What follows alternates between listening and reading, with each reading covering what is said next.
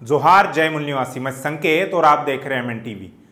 Bombay high court की औरंगाबाद पीठ ने कहा है कि इस मार्च में दिल्ली में तबलीगी जमात के एक कार्यक्रम में भाग लेने वाले विदेशी नागरिकों को बलि का बकरा बनाया गया और उन पर आरोप लगाया गया कि देश भर में कोविड-19 को फैलाने के लिए वे लोग जिम्मेदार थे।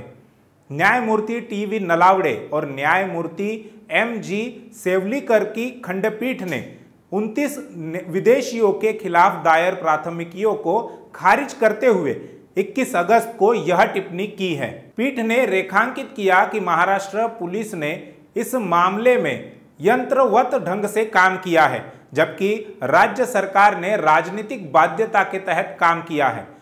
राष्ट्रीय राजधानी में स्थित निजामुद्दीन में तबलीगी जमात के एक कार्यक्रम में पर्यटन वीजा शर्तों का कथित तौर पर उल्लंघन करने के सिलसिले में 29 विदेशी नागरिकों के खिलाफ आईपीसी की विभिन्न धाराओं, महामारी रोग अधिनियम, आपदा प्रबंधन अधिनियम और विदेशी अधिनियम के तहत मामला दर्ज किया गया था। अब जब कोर्ट ने मान लिया है कि तबलीगी जमात देश में कोरोना वायरस फैलाने के लिए जिम्मेदार नहीं है, तो सवाल है कि उनके बारे में झूठी खबरें फैलाने, तबलीगी जमात को लेकर सारे मुस्लिम समुदाय को बदनाम करने और देश के लोगों के मन में मुसलमानों के प्रति नफरत और घृणा पैदा करने वाले मीडिया वालों पर कोर्ट क्या कार्रवाई करेगी भी या नहीं। इसमें दूसरा सवाल यह है कि जब तबलीगी जमात के लोगों की वजह से देश में यह महामारी नहीं फैली, तो फिर यह किसकी चूक है, किसकी गलती की वजह से यह वायरस देश भर में फैलने में मदद हुई है। केंद्र की मोदी सरकार ने समय रहते महामारी को रोकने के लिए वाजिब कदम नहीं उठाए।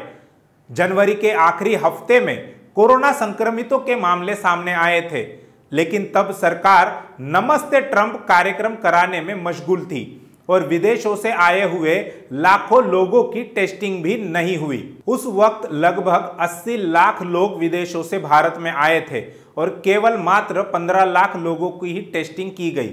65 लाख लोगों को ऐसे ही भारत में घूमने दिया। आप सभी जानते हैं कि कोरोना महामारी या कोरोना वायरस भारत में नहीं पाया गया, बल्कि हवाई जहाज के जरिए वह भारत में आया था। इसलिए सरकार की यह प्राथमिकता थी कि वह विदेशों से आए हुए लोगों की ट्रेसिंग और टेस्टिंग करते और संक्रमितों को क्वारंटाइन करते।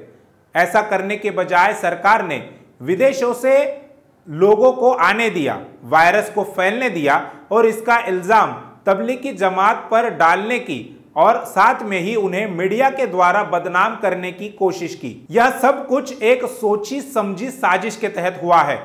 तो क्या हाई कोर्ट सरकार को इसके लिए दोषी मानेगी?